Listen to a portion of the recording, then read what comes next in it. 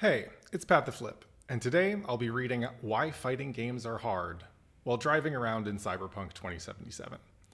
If you value my work, please drop by patreon.com/pattheflip to support me. Making fighting game content is my full-time job now, and I need your help to keep doing it. Thank you.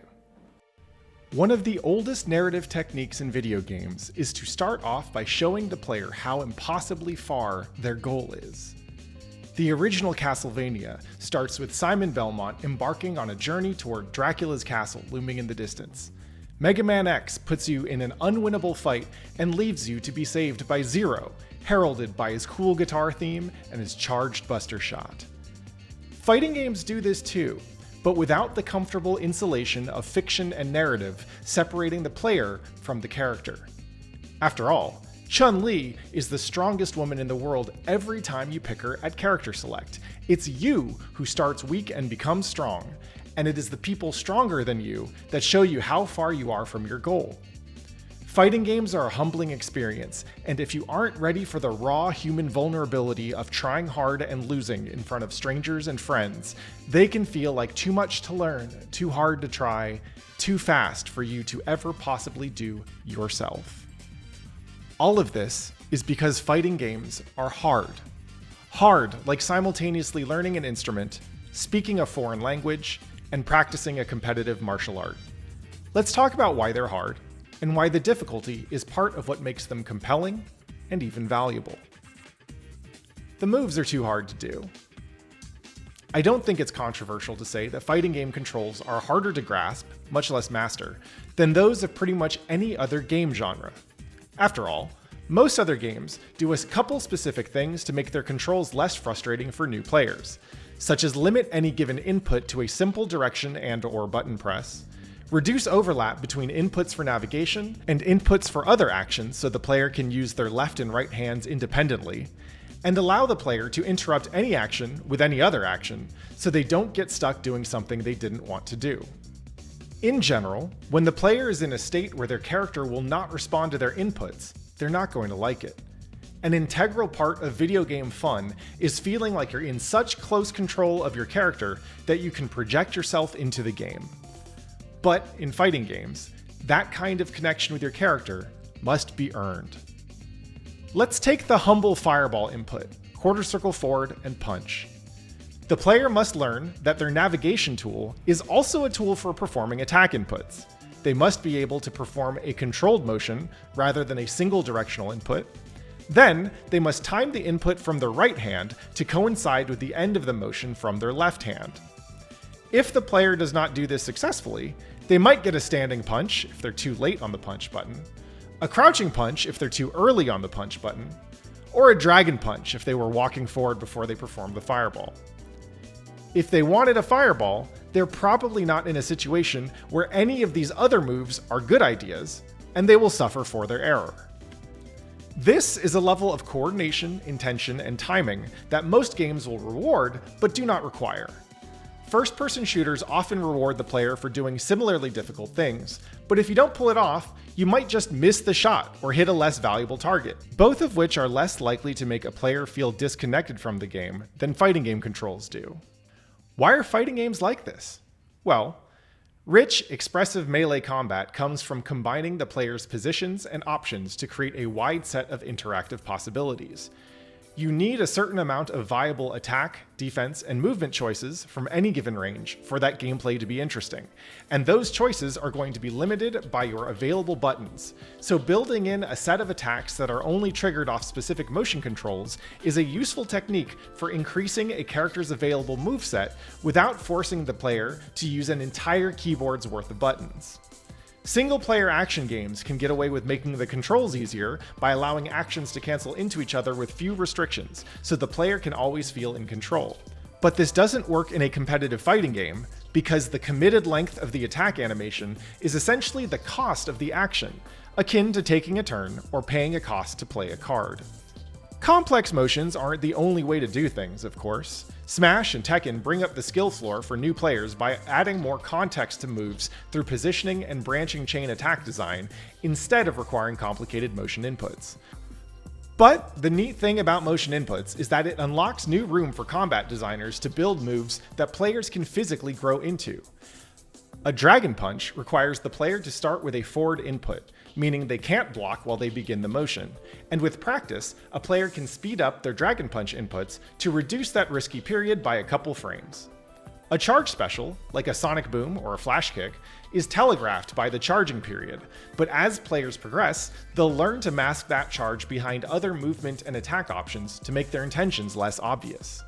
At first, a new player feels clumsy, but over time, they will feel their character moving and attacking with more fluidity and deliberate intention, because their hands are moving fluidly and their brain is making more deliberate decisions.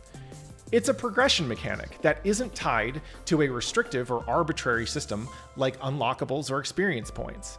It is the player's self that is progressing. If the moves don't feel hard to do at some point, it won't feel as good when they get easier over time.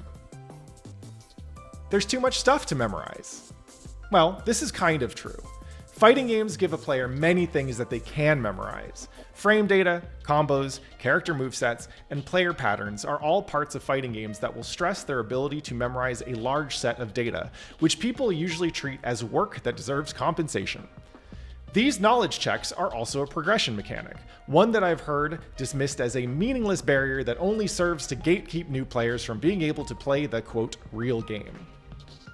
Every fighting game is designed to test a player's knowledge of the game, and these tests come in different forms. Frame data is important to success in Tekken and Street Fighter because those games create lots of situations where the outcome of two players' decisions is determined by who chose the attack that was fast enough to beat the opponent's choice and heavy enough for the payoff to matter. Games with chain combos, like older Guilty Gears or Marvel vs. Capcom, typically don't emphasize comprehensive frame data knowledge so heavily because the attacks can branch more freely into others. So instead, the player must study those attacks in combination to better understand their optimal routes or their opponent's upcoming options. In general, I find that the intimidating part of learning all this stuff stems from a misunderstanding about how people learn how to play fighting games. One does not memorize entire frame data tables or learn every combo to start playing the real game. Instead, the learning happens alongside playing. Trying to memorize everything up front would be like learning a language by memorizing a dictionary. You might have the information, but you won't have studied the context to use any of it. It may be hard to imagine, but just like execution, learning this stuff gets easier over time. This is in part because longtime fighting game players develop a knack for understanding how different games are designed to reward players for studying different sets of information, and can thus efficiently use their time to learn the stuff that matters most. Also, we get better at asking each other about this kind of stuff, so we don't need to learn it all at once. I think people imagine that learning frame data is like studying flashcards, but really, it's mostly done by doing something you think is good, and then someone else telling you that it's not good because it's minus 18. Fighting games are too fast. When I first played against a truly strong player, I felt like my brain was overloaded and my hands were unresponsive, while my opponent played with seemingly impossible reaction speed.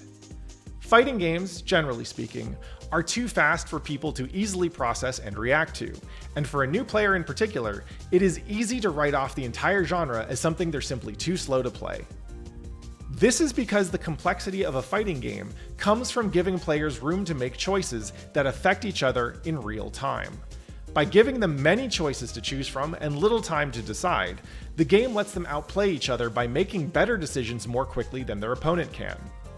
If we had a fighting game that was played at a comfortable enough pace for both players to reasonably size up the situation and choose the best option at all times, then the game would simply be a test of who knows the best decision for any situation, essentially a solvable problem set.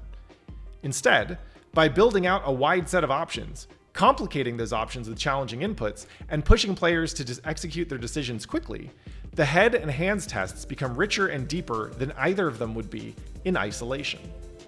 The speed of a fighting game means that a new player will start out feeling stupid, clumsy, and slow, and over time, they'll begin to feel smart, graceful, and nimble, perhaps more than they ever have in any other hobby. The games feel too fast because they are too fast, and the task at hand is to learn to slow them down and see them clearly.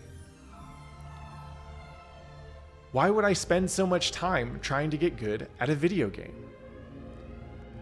It's true. Fighting games are hard in so many different ways that a new player is just about guaranteed to feel super whack at first. They'll probably get bodied without feeling like they got a chance to play the game. And they'd be right. Not everyone is down for playing a game where they have to earn the right to play.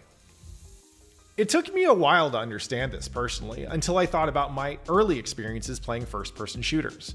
I came up playing lots of Doom, Marathon, GoldenEye 64, and Quake. And when I went paintballing for the first time, I thought I was going to be about as good as I was at those other games. I wasn't. When some people buy a new fighting game, they're expecting a game that will make them feel like they've secretly got the soul of an epic warrior. A low-key could-be badass due to some kind of innate fighting instinct or grit or general video game playing ability. After all, that's how most video games work. They're selling a fantasy that the player gets to feel like they're participating, rather than watching it happen to someone else.